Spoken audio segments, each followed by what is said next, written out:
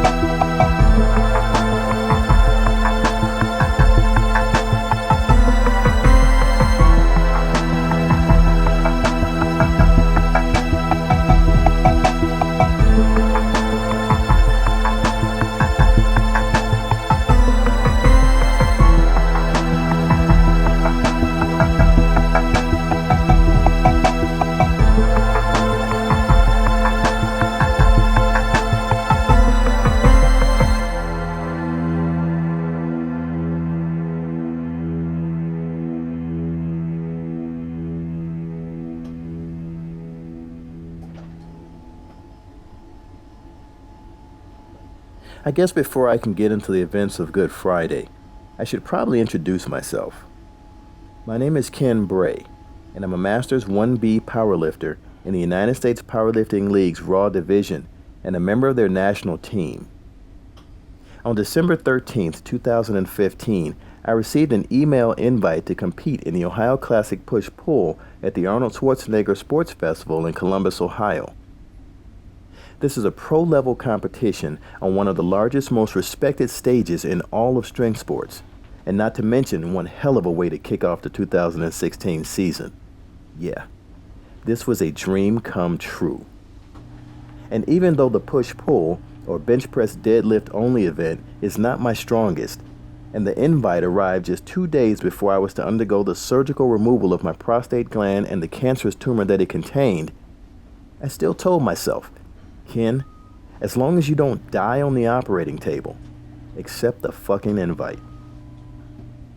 Oh yeah, I should probably mention that the competition is on March 4th, but as of December 16th, even though I had survived the radical prostatectomy, I could barely lift my own weight, let alone a 600-pound barbell.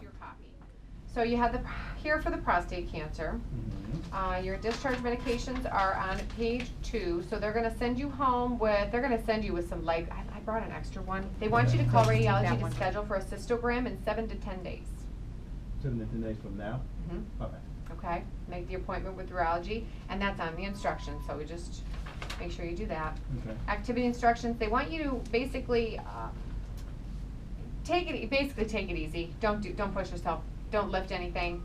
Take rest in between everything, you know, just go real easy on yourself. When my prostate was removed, they also removed about a 2-centimeter section of my urethra, the tube that urine normally passes through to leave my body. In order to restore normal urinary function, the loose end of my urethra was then sewn to the newly created opening in my bladder, and a long plastic tube or catheter was then inserted through my penis and into my bladder to allow me to pass urine while the incisions healed.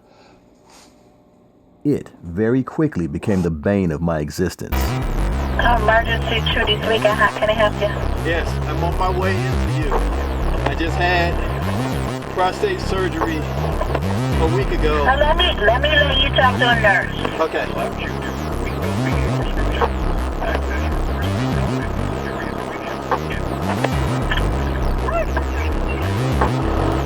How can I help you? Yes, I just had prostate surgery on Tuesday. I'm on my way into you. My catheter is blocked. I have extreme abdominal pains and cramps. My bladder is convulsing. Did you call surgery? No, I just called you. Urologist? You didn't call anybody? No, I just need this thing unblocked. I've been passing blood clots Blood in your urine. since this morning. Slight bit of urine, but there's got to be a decent sized clot. If you want help improving your A1C and blood sugar numbers with a non-insulin option, ask your doctor about once-weekly. After my trip to the ER, I made my way back home with my tail tucked between my legs and spent the next 7 days confined to the couch, counting every second until my post-op follow-up. To verify that the sutures are healed, I underwent a cystogram, where my bladder was filled like a balloon with radioactive dye, and then checked for leaks under X-ray video. I don't see any contrast leaking out. Well, we hope not. There's a little right there. See how it's leaking through the white? Right, This is all the leak. right. So that's what has to heal. Is there anything that I can do to No. promote healing? You did nothing to this. You cannot do anything. Other than being patient with the damn catheter. I know how annoying that is though. I trust me, I really do. But this is where it's all leaking, and if I let that go, that's gonna be urine in there and you're gonna end up back in the hospital. Yeah, no, definitely. This was neither a comfortable or successful procedure. And then we have to repeat that study. So after an additional 2 weeks with the catheter in and no serious amount of training, I returned back to the hospital for a follow-up cystogram and hopefully some good news. So far, So good? it's uncomfortable, but I don't see any leakage. No. What we want to do is make sure you're as full as you can do. Is that about it? Let's go a little bit more. Let's make sure the thing holds. All right. Okay. It is normal to burn a little bit when it comes out. It's also normal to when you urinate after like the next day. After a month of walking around with a tube hanging out of me and a bag of piss strapped to my leg, That's normal. there were no leaks. The main thing is you're And it was finally time to remove this thing out of me so that I could get back to serious training. I can't Unfortunately, do that. there was only one way to do it. So don't do that. Taking a nice big breath. Now blow it all the way out.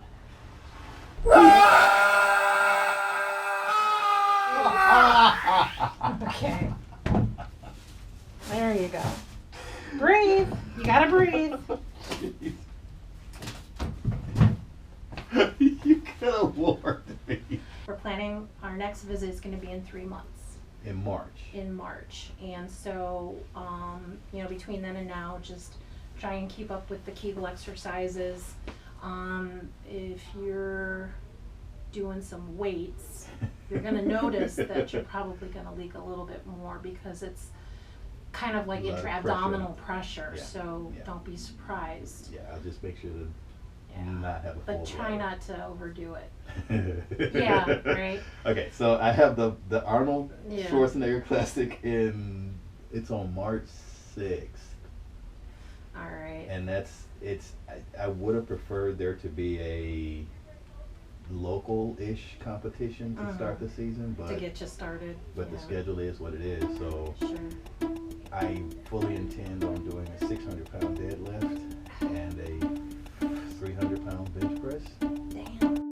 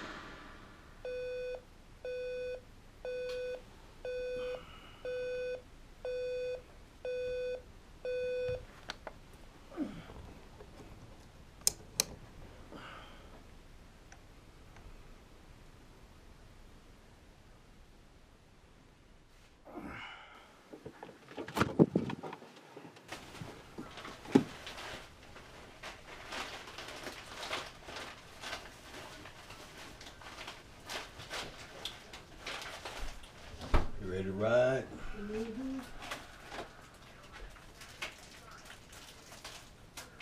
Not only is this my first meet of the season and my first time going to the Arnold Sports Festival, it's also my first time meeting my niece Kania's boyfriend, Jacob. This for Jacob. Okay. Huh? Jacob don't get no free t-shirt. Why not? Tell him he got to pay for his shirt. Mommy, Uncle Kenny will let Jacob have a free shirt. Tell him he got to come in here. He got to ask me for a shirt like a man. Hi. Hi, Jacob. And this is my uncle, Kenny. Good, how are you?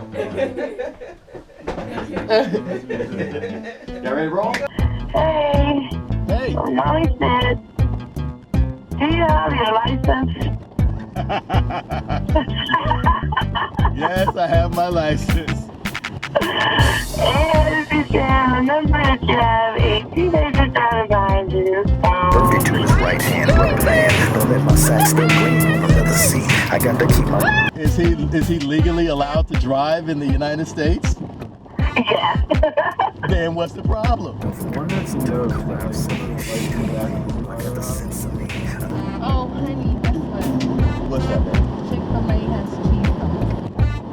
After all these years eating waffle fries with no cheese sauce. Doesn't matter. I didn't see any electric fence sign. They were just walking around. Small fluffy white dogs. How you doing? What's good? How you doing? Yeah, because I'm anti-establishment and the rec center represents capitalism. Doesn't matter. They have really Nope. good, Oh. Oh no. like really good, No. Look. almost No. naturalish. First, they did away with my lemon pie. Then, they did away with my coleslaw. And let's not forget, they don't like the gays. They have cheese. Fuck cheese sauce.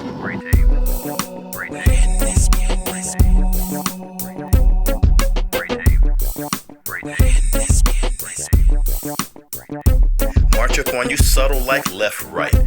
Run up in your huddle like hut hike. We got you all befuddled like what, why? Do we got the muscle? You're damn right. Put your ass on blast like a squat rack. I chased that 6 and I caught that. The devil tried to pull, but I pulled back. Fuck that, we back. Check the hashtag.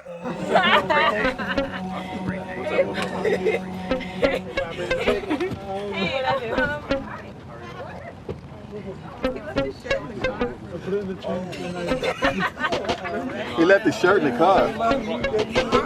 Really? Do you have an extra shirt? Why would I have an extra shirt? That's all right. That's all right. We're not going back for shirts. Nope.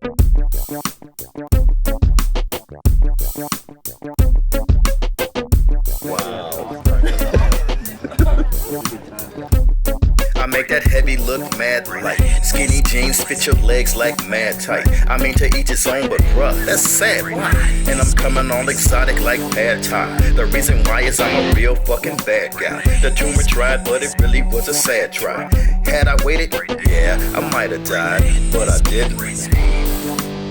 Let's take a ride.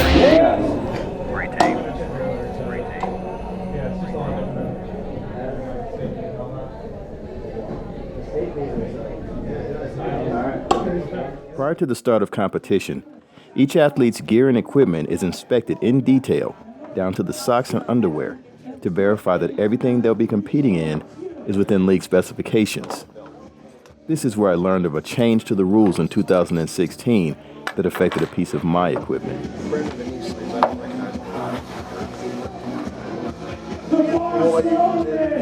Okay for here, but just so you know, they will not let you go to the national league weights if you're not on the improvement. I'm one of those and run that? Corporate? I don't know. They will not let you wear those at the nationals. You got huge stuff by it.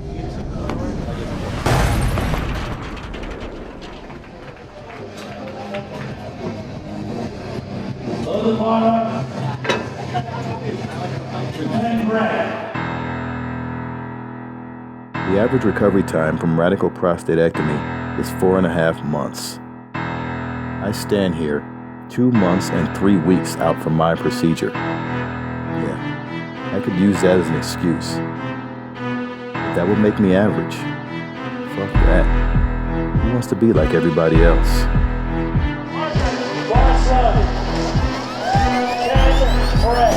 When the shit get heavy, put it on my back.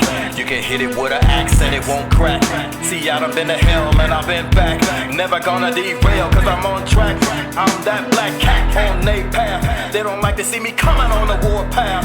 But it's too late cause I got that. You're never gonna escape the bloodbath.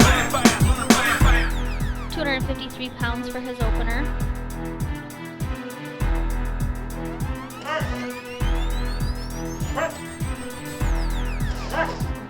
Good opener. See what the judges say. Good lift.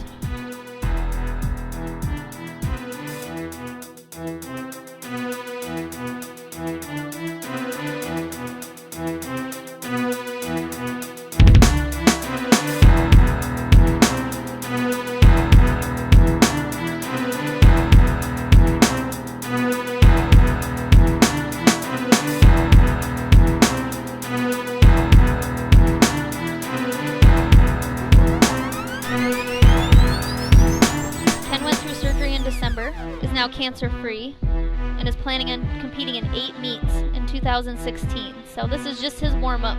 All right, third attempt is 300. Yeah, it felt good. I mean, it hung a little bit, but yeah, that's here. It's here today. Come on, it's here. It'd be real good to start this thing off ahead of where I was last season. All right. Here's the A team. Are they out there? The A team, the Bray team. Woo! The Bray team. Bars load. Bars load. Let me hear you one more time, Bray team. Bars loaded. Here he comes.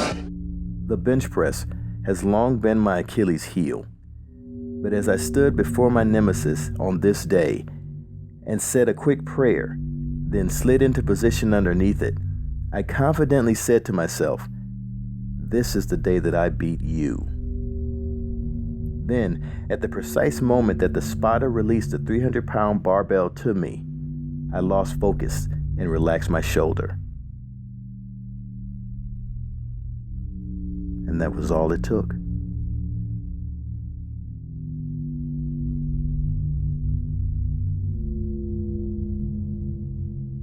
As soon as I went to lower it, my shoulder rolled off of the bench. Like it rolled out of position. And so once it was down, I was like, there's no way I can push this back up because I was out of position in my right shoulder. So I was like, take it. I can't. Now your surgery was December 15th. no. Oh, I was thinking it was November, so it was December.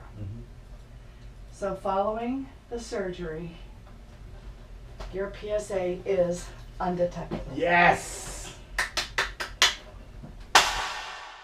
So here we go. My first deadlift of 2016. My first time ever pulling in a competition without cancer. I opened with a 545. Now I must say this is probably the most colorful deadlift that we have here.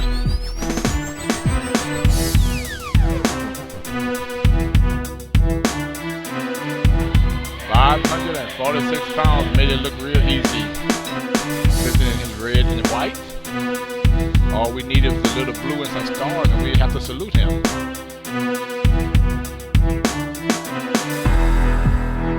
Even though the 545 felt unusually heavy, I went against my gut instinct and got greedy. He has made a big jump from his first to his second attempt.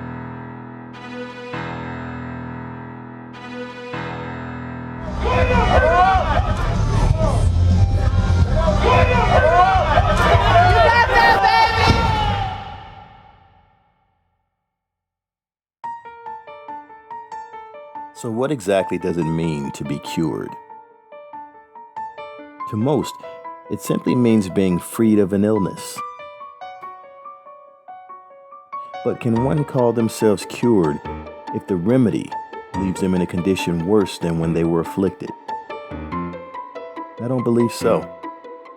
You see, I know exactly how strong I was when I was sick. It's quantifiable, measurable. It has a number. And that number is recorded in the history books and burned into my memory.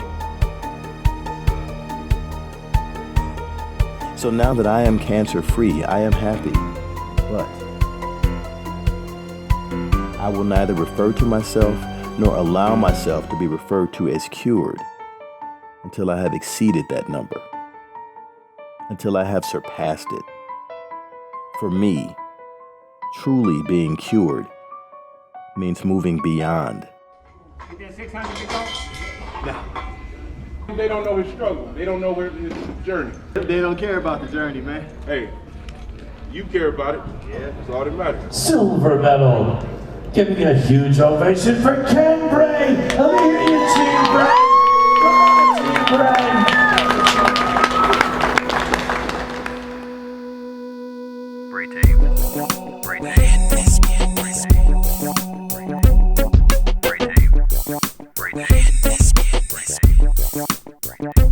March up on you subtle like left, right. Run up in your huddle like hut hike. We got you all befuddled like what, why? Do we got the muscle? You're damn right. Put your on blast like a squat rack. I chased that 6 and I caught that. The devil tried to pull, but I pulled back. That we back. Check the hashtag.